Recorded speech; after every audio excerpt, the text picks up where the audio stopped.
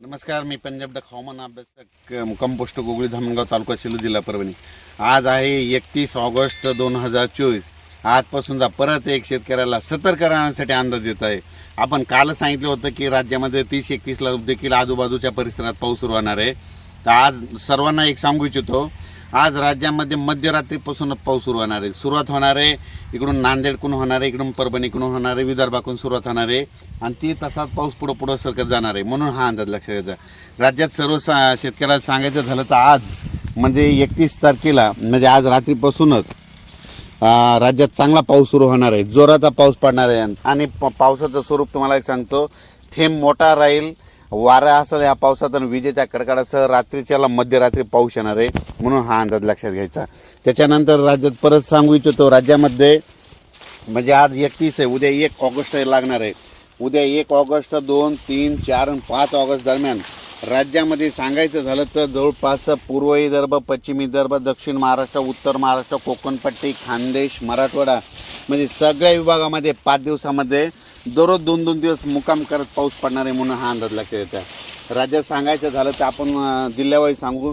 राज्यात सांगायचं झालं तर वर्धा, नागपूर, भंडारा, गोंदिया, चंद्रपूर, नांदेड, हिंगोली, लातूर, बीड, उस्मानाबाद, त्याच्यानंतर सातारा, सांगली, सोलापूर, कोल्हापूर, पुणे, नगर, त्याच्यानंतर नाशिक, मुंबई, त्याच्यानंतर नंदुरबार, धुळे, जळगाव, त्याच्यानंतर बुलढाणा, संभाजीनगर, त्याच्यानंतर अकोला, अमरावती, वर्धा, नागपूर, परभणी, हिंगोली, बीड म्हणजे जवळपास सगळीकडे जोराचा पाऊस पडणार आहे। म्हणून हा अंदाज लक्षात येतात।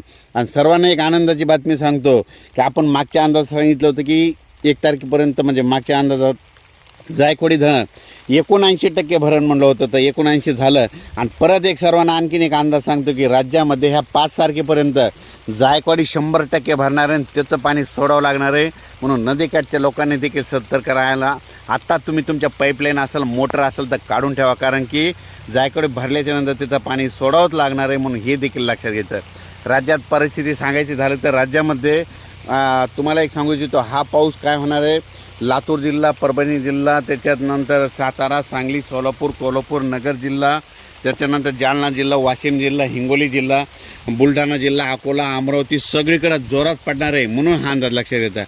पण राज्यात सर्वांना सांगायचं झालं तर तुम्हाला एक सांगू इच्छितो की हा पाऊस पुन्हा नंतर नाशिककडं उत्तर महाराष्ट्राकडे जास्त पडणार आहे। म्हणून हा अंदाज लक्षात यायचा। मग उत्तर महाराष्ट्राकडे समजा उद्या 2 तारखेपासून पाऊस पडणार आहे, 2, 3, 4, 5 उत्तर महाराष्ट्राकडे पाऊस पडणार आहे, तिकडं जोरात पडणार आहे। जोरात पडल्यामुळे काय होणार, परत गोदावरी नदीला पूर येणार आहे, गोदावरीचं पाणी पुन्हा धरणात येणार आहे। धरणं 100% भरल्याच्यानंतर धरण सोडावं लागेल। सरासरी धरण 85% झाल्याच्या नंतरच काय करावं लागतं, हालचाली म्हणजे आधी सतर्कतेच्या आधीच द्यावं लागत असतात। म्हणून ही देखील लक्षात घ्यायचं। पण सर्वांना सांगू इच्छितो की राज्यात ह्या म्हणजे 5 दिवसामध्ये 5 सप्टेंबरपर्यंत पूर्व विदर्भ, पश्चिम विदर्भ, दक्षिण महाराष्ट्र, उत्तर महाराष्ट्र, कोकणपट्टी, खानदेश सगळीकडे जोराचा पाऊस पडणार आहे। म्हणून हा अंदाज लक्षात येतात।